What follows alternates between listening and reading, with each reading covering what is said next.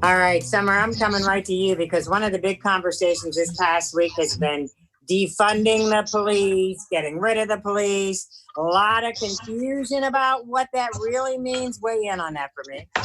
Yeah, I think it's a term and it's a concept that makes people uncomfortable.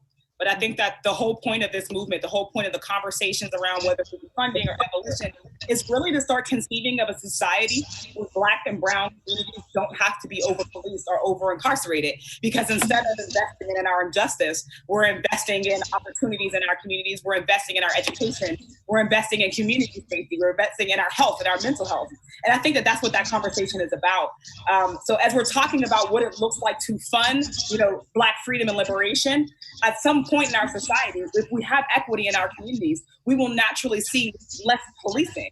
And that's what folks need to kind of think of it as that way, instead of thinking of it as we want someone to lose their jobs, or people think of policing and they inherently think of Black communities. But what we know is that in communities that are well-resourced, they have fewer police and less crime.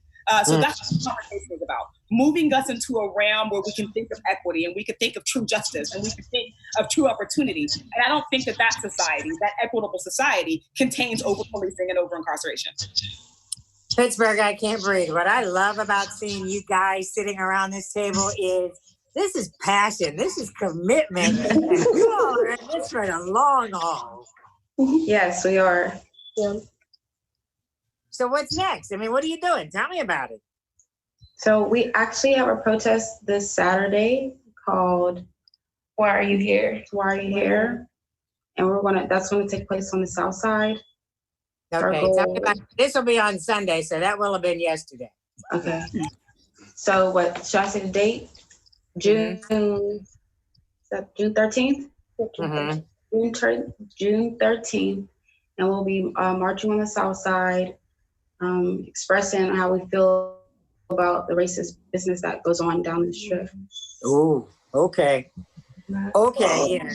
That's a whole lot of marching going on down there. That's a whole lot. Yeah. And Jaleesa, I mean, that's the other thing, because there's so many issues out here that need to be addressed, that need to have a spotlight shine on them. Yeah, absolutely. There are so many different things that need to be addressed, because the police brutality and the racism is just the tip of the iceberg. Underneath all of that, we have, inequality in healthcare, inequality in education, inequality in so many different areas that are actually being shoved into the spotlight right now. And we were saying this before, the beautiful thing about what we have going on in Pittsburgh is we have all these different organizations focusing on different things. And I really have to give credit to our young people too, because I know there's an organization called Black Young and Educated, and they're mainly teenagers, but they're fighting to amend PA 508. So we have so many different things going on and so many different organizations, but at the end of the day, we're all here for the same purpose, and that's the advancement and the safety for all Black and brown people in this country. And so then, Fawn, that actually, somebody said to me, why George Floyd? And I said, it wasn't George Floyd. I said, that just launched the movement. Mm-hmm, mm-hmm. Yeah, there's been a lot of George Floyd's, Breonna Taylor's, and these names go back centuries, actually, from the start of the police, because the police were started as white supremacist ideals. So this goes back centuries and goes back years. So that was really the straw that broke the camel's back, if I can be honest. I think people just got tired of it. They seen a video of a man dying and asking for help, screaming, literally, I cannot breathe. And the way he was just so inhumane, the way he was treated, I think that was really just a push for people. And it's hard to tell what's going to push people to break or what's going to push people not to break. Sometimes it just happens. And that was it. That literally was it. And it spurred this movement of people really coming together and really protesting, really demanding change. So I would just ask people, don't stop doing that. We had the momentum now. We have to keep going.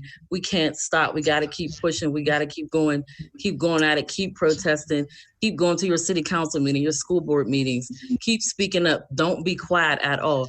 So keep pushing. That will be my challenge to people. Keep pushing and be ready to unlearn racism. And Lynn Bennett, I'm going to let you have this last minute here. We can't go back now. Can't go back now. No, there's no going back. This is only forward. And that's what I tell people. I don't know where we're going to get to, but a daggone sure is not going to look like it did before May 30th or 28th or whatever day that was that we started taking these streets. So, and I want to just hit on Summer's point. You know, part of white supremacy is the fact that white people are they feel like they're supposed to be comfortable. And so we need to be out here making folks uncomfortable, having uncomfortable conversations, doing the most to make folks shift and be uncomfortable, because nothing happens when folks are comfortable. It's growth happens when you're uncomfortable. There's a saying called growing pains. Nothing happens until you get uncomfortable and start actually moving in a way that might be painful. So that would be my call to action for white folks, is get comfortable with being uncomfortable. Be comfortable with being uncomfortable. Hey, this was fun. Can we do this again? Yes. Yes. All right, awesome. Thanks for joining us today. Thanks for joining me today. I Thank appreciate you. it. And now you're in trouble because I have all your contact. Don't get it twisted. Yeah. All right. Thanks for joining me. We'll take a break. I'm going to come back and wrap it all up. Thank you so much. We'll be right Thank you back so with the much. final Thanks for having us. thoughts. Bye.